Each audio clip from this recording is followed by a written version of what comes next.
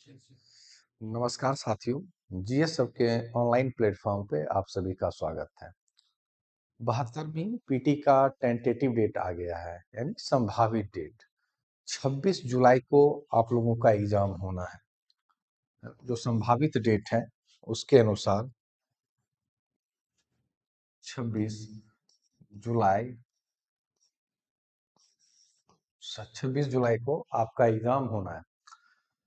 तो मान के चलो अभी से अप्रॉक्स यदि आप पढ़ना चाहोगे तो 150 दिन के आसपास अभी भी लग सकते हो, है ना। यदि 150 दिन बेहतर रणनीति के साथ आपने तैयारी कर ली तो पीटी के ऊपर आपकी अच्छी पकड़ हो जाएगी। एक कविता आप लोग को सुनाना चाहते हैं, उसमें एक लाइन है, कृष्ण की चेतावनी। उसमें एक लाइन बोला गया है, मानव जब जोर लगाता है पत्थर पानी बन जाता है। और उसी के एक ठीक विपरीत है, जब नाज मनुष्य पर छाता है पहले विवेक मर जाता है। तो सोचो कि जब आप जोर लगाओगे तो कोई भी कार्य आसान हो जाता है। आप ये हाथ पे हाथ धरे बैठे रहोगे, मेरा दिन आएगा, आज हम ये कर लेंगे, आज हम सिर्फ प्लानिंग कर लिए हैं, कल से इस प्लानिंग पे अमल करेंगे, तो ये दिन बीतते चले जाएंगे। 72वीं क्या 75वीं भी आपसे नहीं निकलेगा यदि इस स्ट्रेटेजी से चलोगे। और एक एपीजे अब्दुल कलाम का एक फेमस लाइन है, सपने वह नहीं जो हमें नींद में आए, सपने वो हैं जो हमें सोने ना दे। तो कम दिन बचे हैं, अपना सब कुछ झोंक दीजिए, ठीक है ना। एक बार जब सफल हो जाओगे ना तो तब लगेगा सब कुछ जायज है ना, कि हम सही डायरेक्शन में पढ़े थे। ठीक है, कुछ दिन हम सोए नहीं थे, कुछ दिन हम यूं ही अपना समय निकाल दिए, दिन रात एक कर दिए, तो सब कुछ लगेगा कि नहीं ये सार्थक है। जब आप सफल हो जाओगे, चाहे वो प्री का स्तर हो, चाहे वो मेंस का स्तर हो, चाहे वो आपका फाइनल रिजल्ट आए, तो सब कुछ छोड़कर सिर्फ और सिर्फ अभी पढ़ाई में लग जाइए, ठीक है। ये तो आप लोगों के लिए अच्छी बात है कि बीपीएससी जो होता है अपना एग्जाम हर साल ले रहा है, अप टू डेट है। और 68वीं बीपीएससी के बाद देखोगे काफी सारे चेंजेस आए, चाहे प्री के लेवल पे हो या मेंस के लेवल पे हो। 68वीं बीपीएससी से पैटर्न बदला है, जिसमें देखोगे कि क्वेश्चन के स्तर काफी शानदार हो गए। उस बीच में एक 70वीं एग्जाम लिया गया था, तो 70वीं एग्जाम में फैक्ट ही फैक्ट पूछे गए। तो वहां भी ज्यादातर स्टूडेंट बोल रहे थे कट ऑफ हाई चल जाएगा। तो हम यही कहना चाहते हैं, जो आपका हाल है वही सामने वाला का हाल है। यदि क्वेश्चन कठिन पूछे जा रहे हैं तो क्वेश्चन कठिन सबके लिए है। यदि 71वीं में देखोगे, कुछ प्रश्न साइंस के न्यूमेरिकल्स पूछे गए थे तो बच्चे घबरा गए, अब न्यूमेरिकल पढ़ना पड़ेगा। तो कुछ क्वेश्चन अपवाद स्वरूप आते हैं, उन्हें आप स्किप कर दीजिए ना। तो न्यूमेरिकल सिर्फ आप ही के लिए थोड़ी डाला गया था, या बीपीएससी किसी को बता दिया था कि इस बार हम न्यूमेरिकल पूछेंगे। यदि न्यूमेरिकल पूछा गया है तो सबके लिए परेशानियां बढ़ गई होगी। ऐसा नहीं कि जो आईआईटीएन होंगे वो न्यूमेरिकल को अच्छी तरीके से सॉल्व कर लेंगे। एग्जाम का प्रेशर बच्चों अलग होता है, ठीक है। पीटी में आपको पीएचडी नहीं करना है, ठीक है ना। यदि पीएचडी करने लग जाओगे तो नॉलेज बहुत सारा आ जाएगा, लेकिन आपका एग्जाम कभी नहीं निकलेगा। ये 100% बात बोल रहे हैं। तो हर कुछ पढ़ना जरूरी नहीं है, क्या छोड़ना है ये भी इम्पोर्टेंट है, ठीक है। तो क्या छोड़ना है क्या पढ़ना है कैसे पता चलेगा? जब आप सिलेबस देखोगे, जब आप क्वेश्चन के पैटर्न्स देखोगे, प्रीवियस ईयर क्वेश्चंस को बार बार देखोगे, एनालिसिस करोगे, तब पता चलेगा कि कौन से टॉपिक पे हमें कितना काम करना है, कौन से टॉपिक हमें स्किप कर देना है, कौन से टॉपिक को हमें लाइटली पढ़ना है, कौन से टॉपिक को हमें डीपली अध्ययन करना है। ये सिर्फ और सिर्फ पता चलेगा प्रीवियस ईयर क्वेश्चन से। तो कुछ क्वेश्चंस हम दिखाना चाहेंगे, फिर आपको पता चलेगा कि क्वेश्चन के स्तर कहाँ है और आपकी तैयारी कहाँ पर है। क्वेश्चन देख के ही आपको पता चलेगा। और पूरे प्लानिंग आज हम बताएंगे। मानिए 150 दिन है, 150 दिन नहीं तो 120 दिन तो आप पढ़ोगे एटलीस्ट, ठीक है। 120 दिन में क्या करना है हर एक चीज हम आपको करके देंगे। पर डे क्या करना है, किस चैप्टर से कितने क्वेश्चंस लगाने हैं, ठीक है। किस सेक्शन से कितने चैप्टर पढ़ने, हर एक चीज करके देंगे, बस आपको पढ़ना है। और उससे पहले, वो दिखाने से पहले हम थोड़ा क्वेश्चन का स्वरूप दिखा दे, क्वेश्चन का लेवल दिखा दे कि बीपीएससी अब वो स्तर बीपीएससी का नहीं रहा जो 67वीं से पहले पूछे जाते थे। मिर्जापुर का एक फेमस डायलॉग है ना गुड्डू पंडित का, कि अब हम वो गुड्डू पंडित नहीं रहे जो लिबिर लिबिर करते थे। तो बीपीएससी भी है भैया, अब हम वो बीपीएससी नहीं रहे जो लिबिर लिबिर करते थे। अब बीपीएससी को चाहिए फुल इज्जत, और फुल इज्जत देने के लिए क्या करना पड़ेगा, आपको अच्छे से पढ़ना पड़ेगा। क्वेश्चन अच्छे स्तर के आ रहे हैं, आपको डीपली पढ़ना पड़ेगा, टू दी पॉइंट पढ़ना पड़ेगा। तो चलिए हम लोग क्वेश्चन दिखाते हैं। पहला क्वेश्चन देखिए क्या है ना,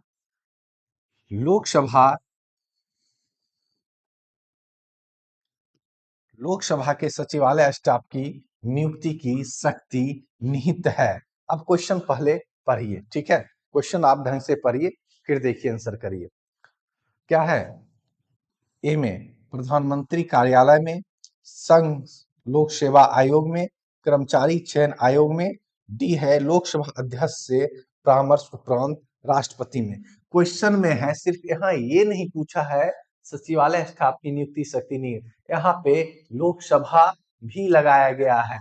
तो यहाँ पे प्रधानमंत्री कार्यालय में नहीं होगा, यूपीएससी संघ लोक सेवा आयोग का बात हो रहा है नहीं होगा, एसएससी की भी बात हो रही नहीं होगा। तो एक ऑप्शन बच गया डी, लोकसभा के अध्यक्ष से परामर्श उपरांत राष्ट्रपति के द्वारा। ठीक है, इस क्वेश्चन देख रहे हैं कि क्वेश्चन लग रहा है कि सिंपल है, क्वेश्चन लग रहा है सिंपल है, लेकिन बहुत घुमावदार है। तो आप जब ढंग से पढ़ोगे ना, एटलीस्ट क्वेश्चन बन जाएंगे। सेकंड क्वेश्चन हम दिखाने का प्रयास कर रहे हैं। भारत का महान न्यायवादी, भारत का महान न्यायवादी यानी अटॉर्नी जनरल की बात कही जा रही है। सबसे पहले इसका जिक्र देखोगे आर्टिकल 76 अटॉर्नी जनरल क्या होता है, भारत सरकार का एक वकील होता है जो परामर्श देता है कि भैया क्या सही है आपके लिए, क्या गलत है। अटॉर्नी जनरल का मेन काम यही होता है, और ये राष्ट्रपति के प्रसाद पर्यंत्र अपना पद धारण करते हैं। यानी सीधा सा कहा जाए तो राष्ट्रपति का प्रसाद मिलेगा तो ये पद पे बने रहेंगे, राष्ट्रपति का प्रसाद हट जाएगा तो ये पद से भी हट जाएंगे। ठीक है, अब क्वेश्चन जो पूछा गया है उसके बारे में हम लोग देखते हैं। पहला ऑप्शन पढ़िए, सर्वोच्च न्यायालय के अतिरिक्त सुनवाई हेतु अर्हता नहीं है। बी है राष्ट्रपति को विधिक मामले में परामर्श देता है। सी है संसद की प्रक्रिया में भाग नहीं ले सकता है, सरकार का पूर्णकालिक सलाहकार है। अब देखिए यहाँ वर्ड को पकड़िए, सरकार का पूर्णकालिक सलाहकार, वह पूर्णकालिक सलाहकार नहीं होता है। अभी जस्ट बताएं कि किसके पर्यंत्र, भैया राष्ट्रपति का प्रसाद मिलेगा तो रहेगा, राष्ट्रपति का प्रसाद नहीं मिलेगा उसको पद से लात मार के भगा दिया जाएगा। दूसरा है संसद के सदन की प्रक्रिया में भाग नहीं ले सकता है। तो यहाँ आप पढ़े भी होंगे, जब अटॉर्नी जनरल कितने बार पढ़े होंगे, और ये क्वेश्चन, ये जो स्टेटमेंट जो देख रहे हैं बहुत बार एग्जाम में पूछा गया है। तो सी भी नहीं होगा, राष्ट्रपति को विधिक मामले में परामर्श देता है, तो ये हो सकता है बी। ठीक है, बी होगा, और सर्वोच्च न्यायालय के अतिरिक्त सुनवाई हेतु आर नहीं है, तो ए भी नहीं होगा। ऑप्शन कौन हो जाएगा, ऑप्शन हो जाएगा बी, ऑप्शन हो जाएगा बी। आप लोग को स्क्रीनशॉट लेना है तो ले सकते हैं। ठीक है, अब नेक्स्ट क्वेश्चन हम लोग देखेंगे।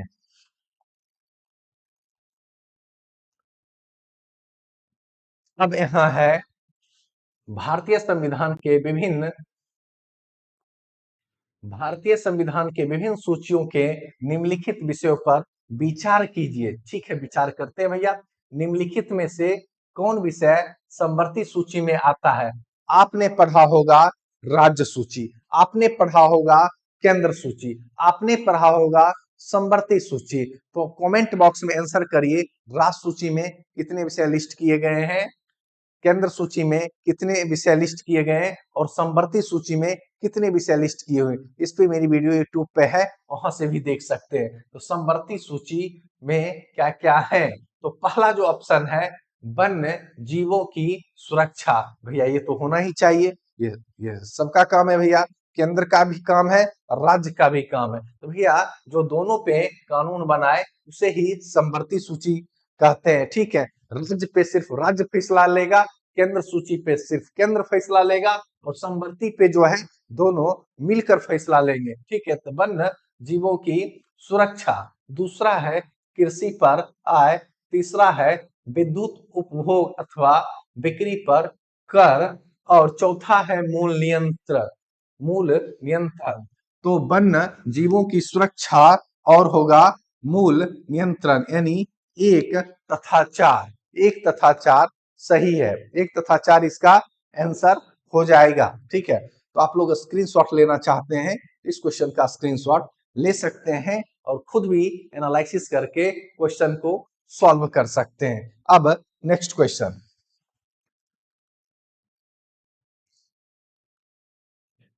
निम्नलिखित में से कौन सा नीति निदेशक तत्व, निम्नलिखित में से कौन सा नीति निदेशक तत्व गांधीवादी सिद्धांतों के अनुरूप नहीं है, ठीक है।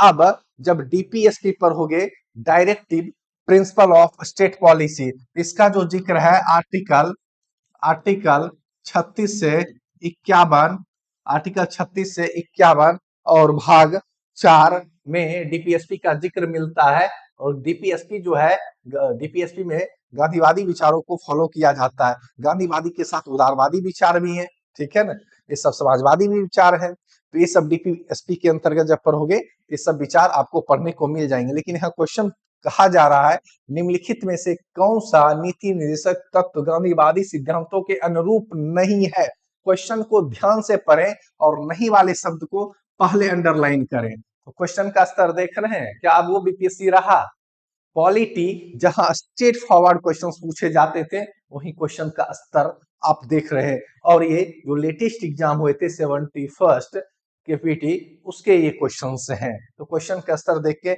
आप भी पता लगा लीजिए कि भैया हम जो ये पढ़ रहे हैं, लुसेंट सिर्फ रटे जा रहे हैं, इधर उधर जो टॉनिक बैच लिए जा रहे हैं, टॉनिक से रट्टा मारे जा रहे हैं, ये टॉनिक पढ़ के ये क्वेश्चंस बनेंगे, कभी नहीं बन सकता है। जब पॉलिटी में ये हाल है और में क्या हाल होगा भगवान ही जाने, ठीक है। तो इसमें देखिए पहला जो है नहीं है, यहाँ अंडरलाइन करना है नहीं है।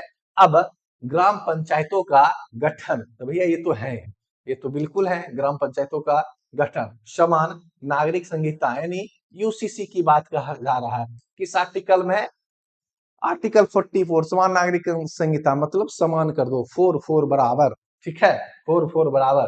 तीसरा है ग्रामीण क्षेत्रों में कुटीर उद्योग की पदोन्नति, ठीक है। तो ग्रामीण क्षेत्र में कुटीर उद्योग, गांधी जी की बात याद आ ही रही होगी और गांधी विचार तो इसमें है ही, ठीक है। ग्रामीण क्षेत्र और ये जो कुटीर उद्योग है और ग्राम पंचायत ये तो है ही।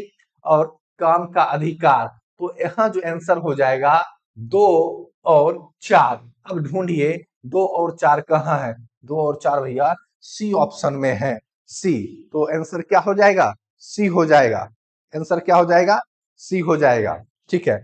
अब नेक्स्ट क्वेश्चन हम लोग देखते हैं।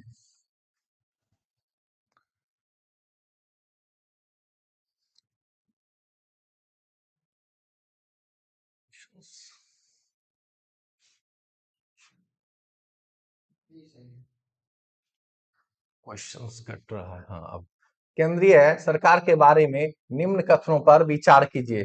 पहला है मंत्रालय तथा विभाग का निर्माण प्रधानमंत्री कैबिनेट सचिव के परामर्श से होता है। और दूसरा ऑप्शन है प्रत्येक मंत्री को मंत्रालय राष्ट्रपति द्वारा प्रधानमंत्री के परामर्श से आवंटित किया जाता है। तो भैया आपको पता होगा जो मंत्रालय मिलता है राष्ट्रपति, ठीक है, राष्ट्रपति तो उसको दिलवाते हैं, राष्ट्रपति के द्वारा मंत्रालय दिया जाता है, लेकिन किसके सलाह पे, प्रधानमंत्री के सलाह पे। और वास्तविक पावर किसमें है बच्चों, प्रधानमंत्री में। राष्ट्रपति तो सिर्फ कठपुतली मात्र है, ठीक है, उनको कुछ शक्ति प्राप्त है लेकिन उस शक्ति का प्रयोग कर कहाँ पाते हैं। तो इसका सीधा सा आंसर हो जाएगा 2, केवल 2 सही है, केवल 2 सही है। यदि स्क्रीनशॉट लेना चाहते हैं तो आप ले लें, ठीक है, ठीक है, केवल 2 सही है। अब नेक्स्ट क्वेश्चन,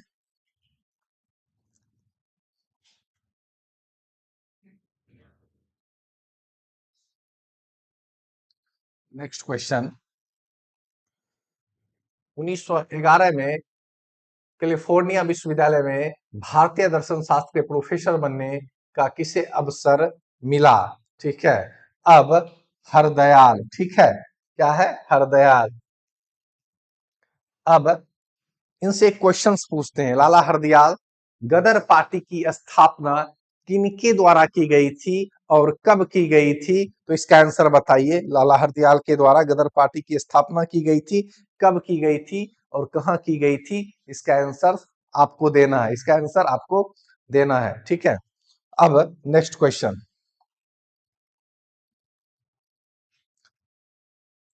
इस कमीशन ने सभी राजनीतिक समूहों और दलों के किसी भी भारतीय सदस्य को शामिल नहीं करने के कारण बेचैनी को बल मिला। Simon commission, Simon go back, Simon go back नारा दिया गया था। कब कब आए थे? 1928 में। यही नारा के कारण किनकी मौत हो गई थी? लाला लाजपत राय की मौत हो गई थी, ठीक है। लाला लाजपत राय की मौत हो गई थी लाहौर में, और उनका बदला बाद में लिया गया था भगत सिंह, सुखदेव, राजगुरु के द्वारा और सैंडर्स के द्वारा लाठी मारने पे इनकी मौत हो गई थी। किनकी मौत हो गई थी? लाला लाजपत राय की मौत हो गई थी, ठीक है। ये भी क्वेश्चन है और इसका आंसर हो जाएगा साइमन कमीशन 1928 में भारत आए थे, ठीक है। अब नेक्स्ट क्वेश्चन पढ़िए।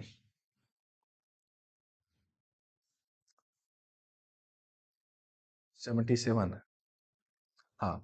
किसने आजाद हिंद फौज का नेतृत्व संभाला और चलो दिल्ली की प्रसिद्ध लड़ाई का नारा दिया? इतिहास पढ़ाए थे तो बोले भी थे चलो दिल्ली, दिल्ली चलो। इतिहास के अंतर्गत ये पढ़ाई भी थी। जब रिवीजन सेशन वाला मेरा वीडियो देखिएगा तो ये चीजें का जिक्र किए थे, ठीक है। इनके द्वारा सुभाष चंद्र बोस, और एक क्वेश्चन पूछ रहे हैं, कांग्रेस के अधिवेशन में अध्यक्षता सुभाष चंद्र बोस के द्वारा कब किया गया था? और बाद में इन्होंने अपने पोस्ट से रिजाइन कर दिया था, ठीक है। अध्यक्ष का पद छोड़ दिए थे, क्यों छोड़े थे, क्या रीजन था? इसके आंसर भी कमेंट बॉक्स में आप लोग बताइए, ठीक है। अब नेक्स्ट क्वेश्चन, ठीक है।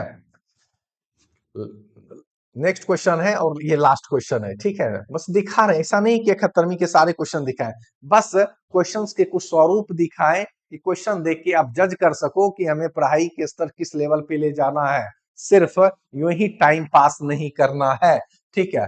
अब किस कांग्रेसी नेता ने 1918 में बिहार की यात्रा की ताकि होम रूल की गतिविधियों को बल मिल सके? होम रूल क्या होता है? घर से शासन। भैया नहीं मानोगे, घर से खुद का शासन करेंगे। और होम रूल आंदोलन दो व्यक्तियों के द्वारा शुरू किया गया था, एक जो थी एनी बेसेंट और एक थे बीजी तिलक। लेकिन यहाँ पूछा जा रहा है 1918 में बिहार की यात्रा की ताकि होम रूल लीग की गतिविधियों को बल मिल सके, एनी बेसेंट के द्वारा कब किया गया था शुरू? 1916 में होम रूल लीग आंदोलन स्टार्ट हुआ था। और होम रूल लीग का मतलब होता है घर का शासन। भैया अब ऐसे नहीं मानोगे तो घर से खुद का शासन हम लोग करेंगे। तो इसका जो सीधा सा आंसर हो जाएगा एनी बेसेंट, ठीक है। अब हम लोग पीटी प्लान के ऊपर आते हैं। क्वेश्चन तो दिखा दिए और आपको समझ आ भी गया होगा कि भैया बीपीएससी का स्तर काफी बढ़ चुका है और हमें अपनी पढ़ाई का लेवल बढ़ाना होगा। तो बढ़ाना होगा तो सिर्फ बस बोलने से बढ़ेगा या फिर पढ़ने से बढ़ेगा, काम करने से बढ़ेगा, सिर्फ रात दिन सोने से नहीं बढ़ेगा। यदि आप 24 घंटे में 12 घंटे सो रहे हो तो आधी जिंदगी तो आप सोने में निकाल दे रहे हो। क्या करोगे? 50 साल यदि जी रहे हो तो 25 साल तो सोते सोते निकल गया आपका, ठीक है ना। अब देखिए स्ट्रेटेजी, मेरा काम है बताना, आप फॉलो करें नहीं करें ये तो आपके मन के ऊपर निर्भर है ना। मन के जीते जीत है, मन के हारे हार है। तो सोचिए आप क्या करें। यदि सोच लिए तो फिर आपकी सोच पे ही निर्भर है, और सोच से ही रास्ता बनता है। तो सोचना है किस डायरेक्शन में आपको चलना है। तो 120 दिनों की जो प्लानिंग हम लोग दे रहे हैं, वो 120 दिनों की यदि प्लानिंग आप फॉलो कर लिए ना डे बाय डे, और फॉलो करके टेस्ट आप लगा लिए, सोचिए कि यदि 25 से 30 क्वेश्चन पर डे आप करते हैं, बनाते हैं अलग अलग सब्जेक्ट से, तो एंड ऑफ द मंथ कितने क्वेश्चन होंगे बच्चों पता है? 1800 क्वेश्चन। यदि एक मंथ में 1800 क्वेश्चन कर रहे हो, यानी 4 मंथ में कितने क्वेश्चंस करोगे खुद सोच लो। 7200 क्वेश्चन। 7200 क्वेश्चन कम होते हैं? यदि कह दिया जाए ना कि 10 दिन में आपको 7200 क्वेश्चंस करने हैं तो नहीं कर पाओगे, लेकिन बोलेंगे ना कि धीरे धीरे ये चीजों को करना है तो संभवतः कर लोगे। कहावत है ना, धीरे धीरे रे मना, मेरा फेवरेट लाइन है, धीरे धीरे होए माली सींचे 100 घड़ा, ऋतु आए फल होए। तो धीरे धीरे ही चलना है और अच्छे तरीके से चलना है। और इंग्लिश में एक वर्ड सुने होंगे, slow and steady won the race, है ना। तो डे 1 में क्या करना है, डे 2 में क्या करना है, पूरी प्लानिंग दी गई है कि करंट अफेयर्स भी पढ़ना है ना, करंट अफेयर्स भी आपको पढ़ना है और इसके साथ हिस्ट्री के टॉपिक्स भी आपको पढ़ना है। एंशियंट के जो इम्पोर्टेंट चैप्टर है, मेडल्स के जो इम्पोर्टेंट चैप्टर है, मॉडर्न के जो इम्पोर्टेंट चैप्टर है, और साइंस, साइंस के लिए क्या इम्पोर्टेंट चैप्टर है, वो सब कुछ लिस्ट करके दिए बच्चों। आप पढ़ो, आप डेली पढ़ो, और उसके अलावा हम जब पढ़ लोगे तो अगले दिन क्वेश्चंस भी देंगे। और पढ़ने के साथ साथ जो इम्पोर्टेंट चीज है ना, कि आपको नोट्स भी दी जाएगी, जहां लगेगा कि नोट्स देने की जरूरत है वहां नोट्स दे दी जाएगी, और जहां लगेगा कि नहीं ये सोर्स से पढ़ लो और ये सोर्स में क्या इंपॉर्टेंट है वो भी बता दिया जाएगा। अब सपोज करो कि पॉलिटी में कॉन्स्टिट्यूशन असेंबली पढ़ रहे हो, तो ऐसा थोड़ी है कि लक्ष्मीकांत में कॉन्स्टिट्यूशन असेंबली में सारा कुछ पढ़ना है, बहुत कुछ वहां मेंस के भी पार्ट्स है तो उसको स्किप करना है। जो पीटी के पॉइंट ऑफ व्यू से इंपॉर्टेंट है वो चीजें बता दी जाएगी और उसको हाईलाइट कर दी जाएगी, तो उस पे ज्यादा आपको फोकस करना है। टू दी पॉइंट पढ़ोगे ना तो सिलेक्शन होने के चांसेस बढ़ जाते हैं। तो डे 1 में क्या करना है, करंट अफेयर्स पढ़ना है, एंशिएंट हिस्ट्री पढ़ना है, और एनसीईआरटी क्लास 6 से लेकर 10 पढ़ लीजिए। ऐसे हम 7 to 10 पढ़ते हैं, यदि टाइम है तो 6 भी पढ़ लीजिए बच्चों, क्या होगा, पढ़ ही लोगे तो कुछ घाटा थोड़ी हो जाएगा, एक आध क्वेश्चन आएंगे तो बन जाएंगे। तो क्लास 6 के एनसीईआरटी भी पढ़ लीजिए। डे 2 में फिर वही करंट अफेयर्स है, एंशिएंट के टॉपिक्स हैं, और क्लास 6 के एनसीईआरटी हैं। तो डे 1 से लेकर डे 20 तक यहाँ पे प्लान दी गई है। फिर मेडेवल्स इंडिया में जब डे 21 में आ जाओगे, मेडेवल्स इंडिया चल जाएगा, इसके जो इंपॉर्टेंट टॉपिक हैं यहाँ पे लिस्ट किए गए हैं। अब यहाँ देखोगे क्लास 6-7 जहाँ एनसीईआरटी चल रही थी वहां पे आप देखोगे, यहाँ पे मेडिवल हिस्ट्री के साथ क्या आ गया, एंशिएंट से ही आ गया, 8 यहाँ आ गया, मेडिवल हिस्ट्री में भी आपको क्लास 8 आ गया, 7 आ गया, ऊपर 6 आ गया। तो इस तरीके से पूरी प्लानिंग दी गई है, और ये डे बाय डे जब फॉलो करोगे ना तब देखोगे कि आपकी इंप्रूवमेंट हो रही या नहीं। और जैसे ये टॉपिक दिया गया करंट अफेयर्स एंशिएंट के और क्लास 6 के, तो अगले दिन 25 से 30 क्वेश्चन के टेस्ट होंगे, और जब वो क्वेश्चंस आप लगाओगे तभी तो आपकी पढ़ाई का स्तर पता चलेगा कि जो आज हम पढ़े हैं कल इससे क्वेश्चंस बन रहा है या नहीं। जब सोचो एक दिन पढ़ के आपसे 25 से 30 क्वेश्चंस नहीं बन रहे उस चैप्टर से, तो कितना लैग कर रहे हो, वही पता चलेगा ना कि इंप्रूवमेंट की जरूरत है, क्वेश्चन नहीं बन रहा है, नहीं बन रहा है, इसके लिए जिम्मेवार कौन है, आप या हम, है ना, आप हैं या हम है। तो ये आपको सोचना है। हम तो मेहनत करके दे रहे हैं, सिर्फ मेरे मेहनत करने से आपका सिलेक्शन हो जाएगा, जब दोनों मिल के करेंगे, जब दोनों साथ चलेंगे तभी सिलेक्शन होगा। तो आप इसको ईमानदारी के साथ फॉलो करिए। जब इतना मेहनत करके हम दे रहे हैं तो फॉलो करना आपका काम है, बस आप मेरे साथ ईमानदारी के साथ काम करें, ठीक है। तो यहाँ मेडिवल्स इंडिया के हैं, यहाँ पे एंशिएंट के दिए गए हैं टॉपिक्स, और यहाँ पे देखोगे ये भी है मेडिवल्स के भी पार्ट है। अब मॉडर्न है ना, देखो यहाँ से आगे मॉडर्न्स के पार्ट है ना, डे 41, ठीक है, यूरोपियन कंपनियों का आगमन, और यहाँ पे साइंस पढ़ने क्लास 9, और करंट अफेयर्स तो साथ में चलेगा। करंट अफेयर्स में बोल दे प्रतियोगिता दर्पण, प्रतियोगिता दर्पण या स्पीडी, ठीक है, दोनों को साथ, या स्पीडी नहीं, दोनों को साथ में लेके चलना है। जो लोग विजन पढ़ रहे हैं अच्छी बात है। आप लोग क्या करते हो, करंट अफेयर्स के भरोसे बैठते हो, अच्छा 1 महीना पहले कोई रामबाण आ जाए पूरे 1 साल का करंट अफेयर्स पढ़ लेंगे, उसके बाद नहीं आएगा क्वेश्चन उससे तो कोचिंग वाले को जमकर गरियाएंगे और बुक में आग लगा देंगे, ठीक, यही सोचते हो यार। खुद अपने ऊपर ब्लेम क्यों नहीं लेते हो कि जब बोल रहे कि मंथली प्रतियोगिता दर पर पढ़ो, मंथली विजन पढ़ो, तब तो पढ़ना नहीं है, बस ब्लेम गेम खेलना है। बस ये सोचते हो कि कोई बस सब कुछ बना बनाया परोस दे, हम तो बस ऐसे ही पास कर जाए, अधिकारी बन जाए, जब अधिकारी बन जाए कुर्सी पे बैठ के बस ऐसो ऐसो आराम करके रुपया कमाए, ये सोचते हो तो आप अधिकारी बन गए, आज से ही अधिकारी बन गए। ठीक है, इसके अलावा प्रतियोगिता दर्पण के साथ स्पीडी पढ़िए। जो लोग विजन पढ़ रहे हैं तो विजन के साथ भी आपको स्पीडी पढ़ना है। ठीक है, अब देखोगे डे 41, 42, 43 में जो है क्या है, मॉडर्न हिस्ट्री के पार्ट्स यहाँ पे दिए गए हैं और साइंस के पार्ट दिए गए। करंट अफेयर्स में तो आपका चलेगा ही चलेगा डे बाय डे, जिसमें बिहार भी एड ऑन रहेगा। National current affairs, international current affair, भैया अफेयर्स लड़ाने हैं करंट के साथ। ठीक है, नहीं तो अभी तो वैलेंटाइन डे चल ही रहा है 7 से 14 तक, तो आप कहाँ कहाँ अफेयर्स लड़ाओगे आप ही जानो, लेकिन हम तो कहेंगे करंट के साथ अफेयर्स लड़ाओ। ठीक है, आगे इसमें हम दिखाने की कोशिश कर रहे हैं। ठीक है, पॉलिटी पॉलिटी और जियो। ठीक है, ज्योग्राफी में खास करके बिहार के पार्ट्स देखने, बिहार में जैसे minerals, river, soils, climate change, ये सारी चीजें देखने हैं। ठीक है, पॉलिटी में भी जो इंपॉर्टेंट चैप्टर है यहाँ पे लिस्ट कर दिए गए। हिस्टोरिकल बैकग्राउंड, एटलीस्ट एक्ट देख लीजिए, 1773 का regulating act, Pitt's India act. ठीक है, और जितने भी एक्ट्स हैं उसको आपको अच्छे तरीके से पढ़ने हैं। ठीक है, तो यहाँ पे पॉलिटी के चैप्टर लिस्ट कर दिए गए हैं। करंट अफेयर तो साथ में चलेगा ही चलेगा, साथ में ज्योग्राफी चलेगा। ज्योग्राफी में क्लास 6 से लेकर 10 तक एनसीईआरटी पढ़िए और इसमें सिर्फ डाटा ऐड ऑन करना है, तो बिहार का डाटा साथ में ऐड ऑन कर लीजिए। ठीक है, अब नेक्स्ट हम लोग देखते हैं बिहार स्पेशल इकोनॉमिक्स। इकोनॉमिक्स में पीएचडी करने मत लगिएगा, रमेश सिंह की मोटी मोटी बुक लेके आइएगा। ठीक है, और हिंदी मीडियम इस सब में एक्सपर्ट रहते हैं पीएचडी करने में। ठीक है, अब वो एक बुक खरीद के लाएंगे और कहेंगे भैया इसमें तो 700-800 रुपया लग गया, अब इसको हम सधाएंगे। जब तक सधेगा नहीं तब तक इसको छोड़ेंगे नहीं। दशरथ मांझी की परंपरा को फॉलो करते हैं, जब तक तोड़ेंगे नहीं तब तक छोड़ेंगे नहीं। लगता है भैया ओवर मोटिवेटेड हो गए हैं वो। ठीक है, तो ओवर मोटिवेटेड नहीं होना है, मोटिवेशन थोड़ा कम ही रखिए। ठीक है, सेल्फ मोटिवेशन रखिए और इंस्पायर होइए किसी से।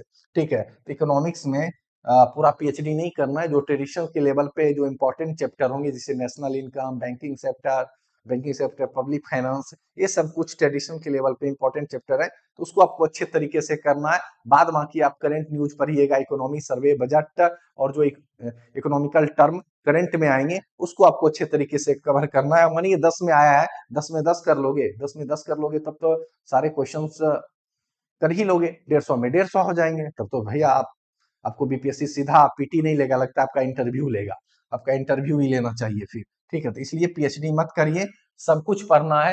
हो सकता है कि 2-3 सब्जेक्ट आपके स्ट्रांग हो, कुछ सब्जेक्ट आपके वीक हो, तो उसको साथ लेकर चलना है। ठीक है, current affairs, Bihar special, economics आपको करने हैं और यहाँ पे पूरा डिटेल्स दिया गया है, कौन कौन से चैप्टर करने हैं, क्या क्या इंपॉर्टेंट है, ये सारे चैप्टर को आपको अच्छे तरीके से करने हैं। आपको कट ऑफ क्वालिफाई करना है, आपको 30 मार्क खान नहीं बनना है, बहुत बड़ा तोप नहीं हो जो एकदम बीपीएससी को उड़ा दोगे। ठीक है, अब नेक्स्ट नेक्स्ट देख लीजिए, यही है डे 112 से लेकर 120 तक। ठीक है, डे 112 से लेकर 20 तक यहाँ सारे टॉपिक लिस्ट किए गए हैं और मैथ के भी टॉपिक है। मैथ भी आपको थोड़ा बहुत करने हैं। मैथ्स में क्या करना है, मैथ्स में जाके एकदम बड़ी बड़ी मोटी बुक लेकर मत आइएगा कि नहीं पूरा मैथ्स ही बना लेंगे। आप 2016 के बाद से लेकर 71वीं बीपीएससी तक के क्वेश्चंस देखिए, जितने भी क्वेश्चंस पूछे हैं, ठीक है, किस चैप्टर से क्वेश्चन आ रहे हैं, उस चैप्टर को लिस्ट करिए और चैप्टर को जाकर उसी पे जाकर क्या करिए, 10-20 क्वेश्चन की प्रैक्टिस करिए। देखिए मैथ भी आपका स्ट्रांग हो जाएगा। 10 क्वेश्चन आ रहे हैं, 5-6 तो बन ही जाएगा। और 3 सेक्शन पे आप ज्यादा काम करिए। एक तो होता है हिस्ट्री में, हिस्ट्री के अंदर देखिएगा मॉडर्न, साइंस पे काम कर लीजिए और करंट अफेयर्स या बिहार स्पेशल्स। ठीक है, ये 3-4 सेक्शन यदि आपके स्ट्रांग है, पीटी क्वालिफाई होने से कोई नहीं रोक सकता है। 68वीं से लेकर 71वीं बीपीएससी पीटी तक के कट ऑफ देख लीजिए कितने गए हैं। ये कट ऑफ जा रहे हैं 1991, यही तो कट ऑफ जा रहे हैं। 91 प्लस तो कट ऑफ गया है ना, जनरल की बात कर रहे हैं। यदि आप कैटेगरी से हैं तो कुछ नंबर और कम कर लीजिए। ठीक है ना, तो आपको बेहतर तरीके से पढ़ना है और बेहतर तरीके से तभी पढ़ पाओगे जब डे बाय डे प्रयास करोगे। ठीक है, एक दिन में कोई अधिकारी नहीं बन जाता है, लेकिन एक दिन जो ये आप प्रयास करोगे वो प्रयास क्या होगा, आपको अधिकारी के रूप में तब्दील करके देगा। ठीक है, तो लगातार मेहनत करने से अधिकारी बन पाओगे। तो निरंतरता बनी रहनी चाहिए। हमेशा कहते हैं ना, डेडिकेशन, डिसिप्लिन, कंटिन्यूटी। यदि ये तीनों चीजें आपके अंदर है तो बीपीएससी क्वालिफाई होने से आपको कोई नहीं रोक सकता है और आपका फाइनल रिजल्ट भी होगा। तो आप एटलीस्ट 120 दिन की जो स्ट्रेटेजी प्लानिंग दी गई है इसको आपको अच्छे तरीके से फॉलो करना है और फॉलो करके डे बाय डे आपको टेस्ट देने हैं। जब टेस्ट दोगे उसी से इम्प्रूवमेंट का पता चल जाएगा कि डे 1 में हम कितना स्कोर किए हैं, डे 2 में हम कितना स्कोर किए हैं, डे 3 में हम कितना स्कोर किए हैं। इसी से आपका स्कोर का पता चलेगा और कहाँ हमें इम्प्रूवमेंट करने की जरूरत है ये भी इसी से पता चलेगा। तो थैंक यू, मिलेंगे हम नेक्स्ट वीडियो में। तब तक के लिए ये सारी चीजों को आप फॉलो करिए। धन्यवाद।